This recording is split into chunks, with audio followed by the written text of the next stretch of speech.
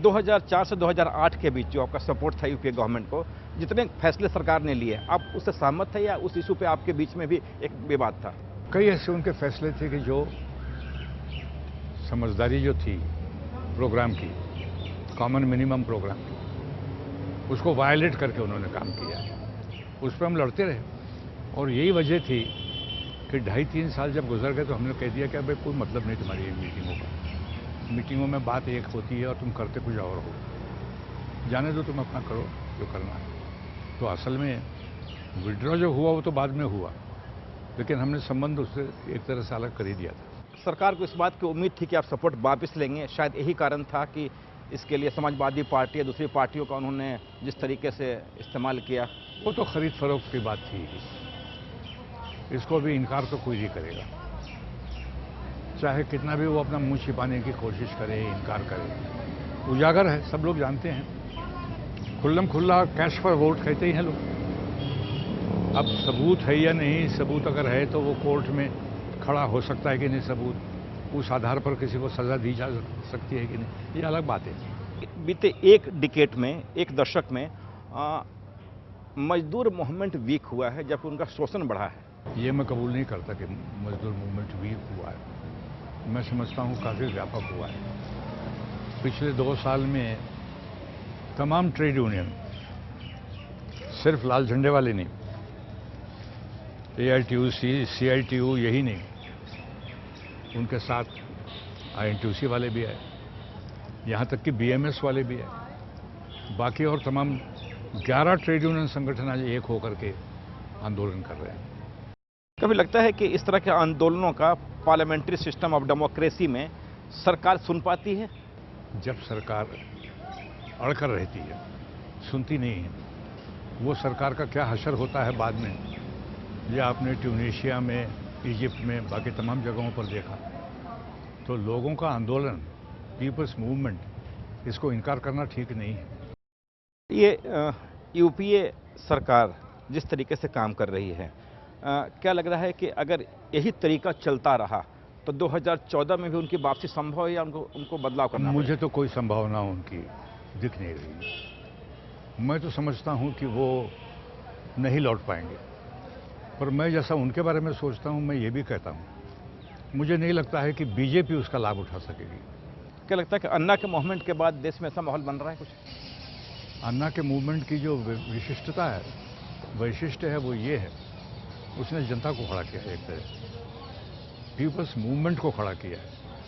और जो भ्रष्टाचार का प्रश्न आमतौर पे चर्चा में था, वो देश का एक पॉलिटिकल एजेंडा बन गया। ये तो जरूर मूवमेंट की विशेषता है।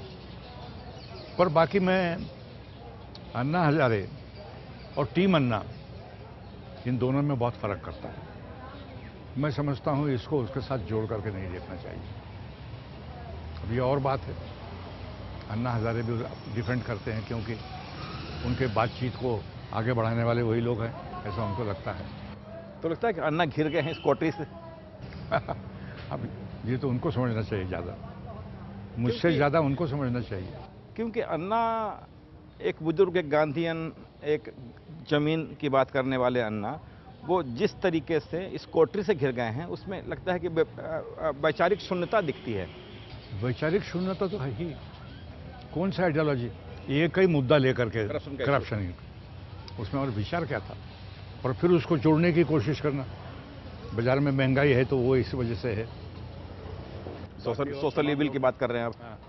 वो तमाम इससे जुड़ा हुआ है। लोगों को ये तो पढ़ने की बात नहीं है। जिस तरीके से जयप्रकाश नारायण ने नॉन पॉलिटिकल पार्टी को जोड़ा, सर्वोदय गांधीयन को, बाद में पॉलिटिकल पार्टियां साथ आई, तो वो तबका भी इनको सपोर्ट में आगे नहीं आ रहा। मैं ये कहता हूँ, जयप्रकाश नारायण ने पार्टियों के ऊपर हमला नहीं चलाया और पार्टियों को बिल्कुल नज़रअंदाज करने की कोशिश नहीं की।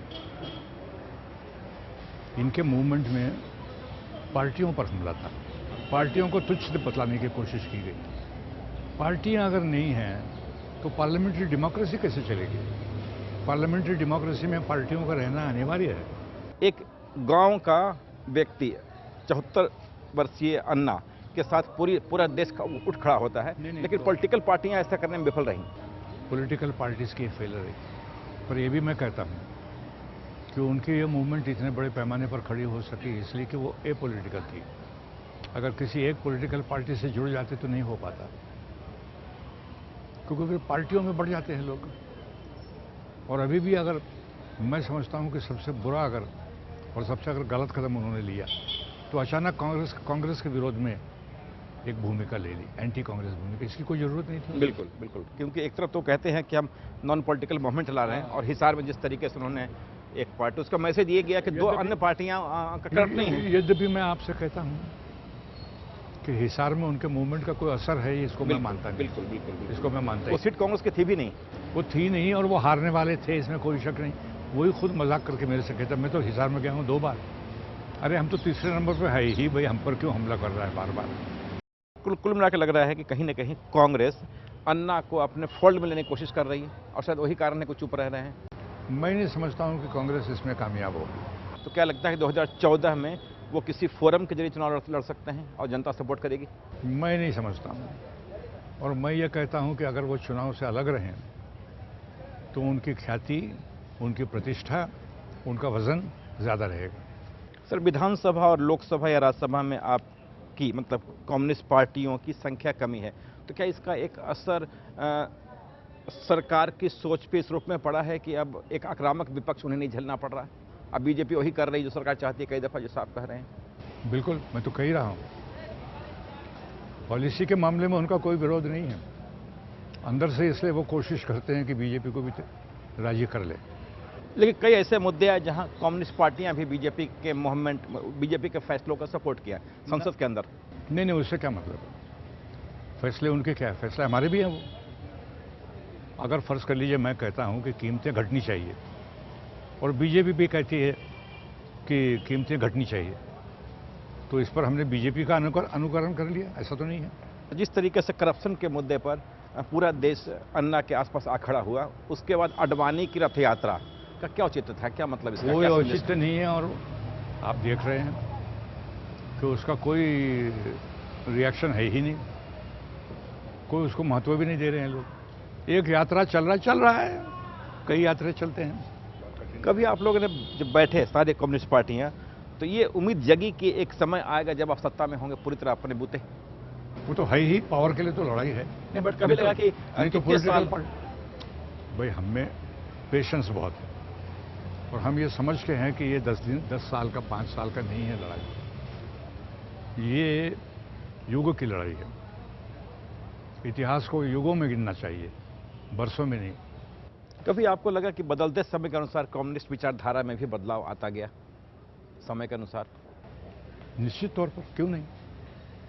अगर स्थिति बदलेगी, जमाना बदलेगा, तो थोड़ा बहुत तो तुम्हारे सोच में भी फर्क आएगा ही।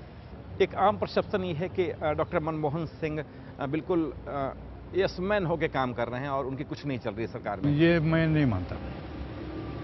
होशियार आदमी है मनमोहन सिंह, बड़े पहुंचे हुए समझदार हैं, विद्वान हैं, तो इसलिए चीज़ों को समझते हैं। काफ़ी चीज़ों को तो फैसला उन्हीं को करना पड़ता है। अभी उनके कार्यकाल में एज प्राइम मिनिस्टर लगभग 600 दिन तो वो बाहर विदेशों में रहे हैं। वहाँ तो उनकी पहुँच नहीं पहुँचती है, वहाँ पर उनको फैसला करना पड़ता है और फैसला करके तय करते हैं क्या करना।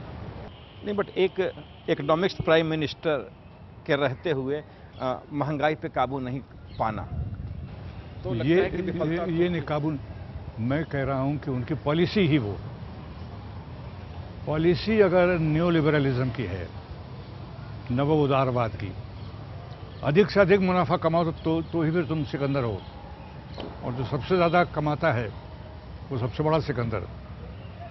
तो ये थी आज की बातचीत। अगले सप्ताह किसी नए मेहमान के साथ लेते हैं विदा।